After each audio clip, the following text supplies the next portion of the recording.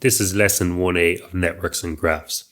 So a network is just how different things are connected together, and a graph is just a way that we can display those connections. So we're going to look at the parts of a graph to start off with here. So we have things called nodes or vertices.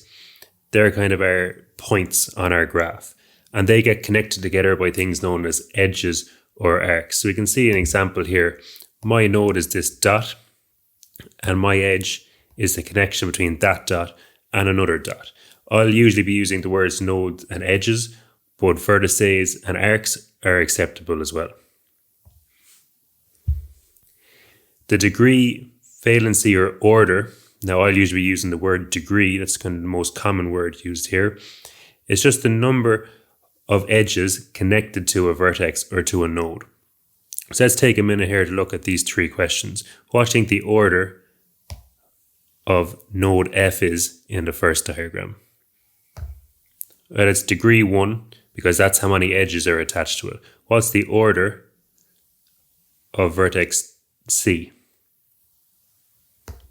It's degree 2 because there's 2 edges attached to the node. What's the order of vertex or node A? That's degree 3 because we can see here we have 1, 2, 3 edges attached to it.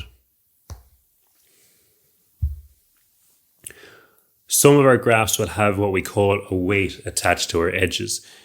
These could be distances, they could be costs, they depend on your question, but they just represent a value based around that edge.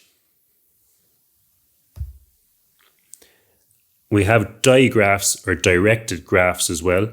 This is when our edges have arrows on them. So if they don't have an arrow, they're undirected. It means you can go either way between your nodes. But when they're directed, we can only go in certain directions. For example, between node 0 and node 1, I can only go from 0 to 1.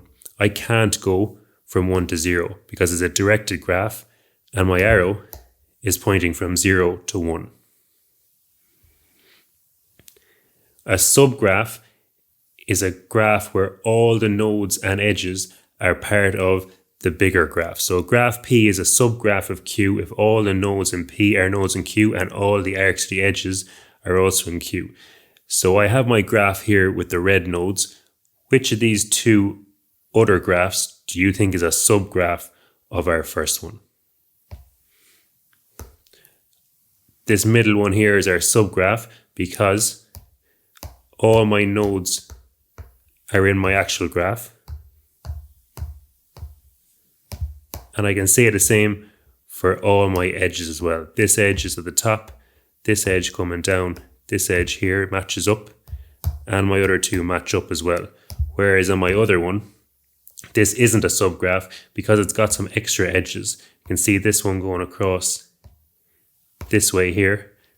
That's an edge that's not in my first one, so it's not a subgraph.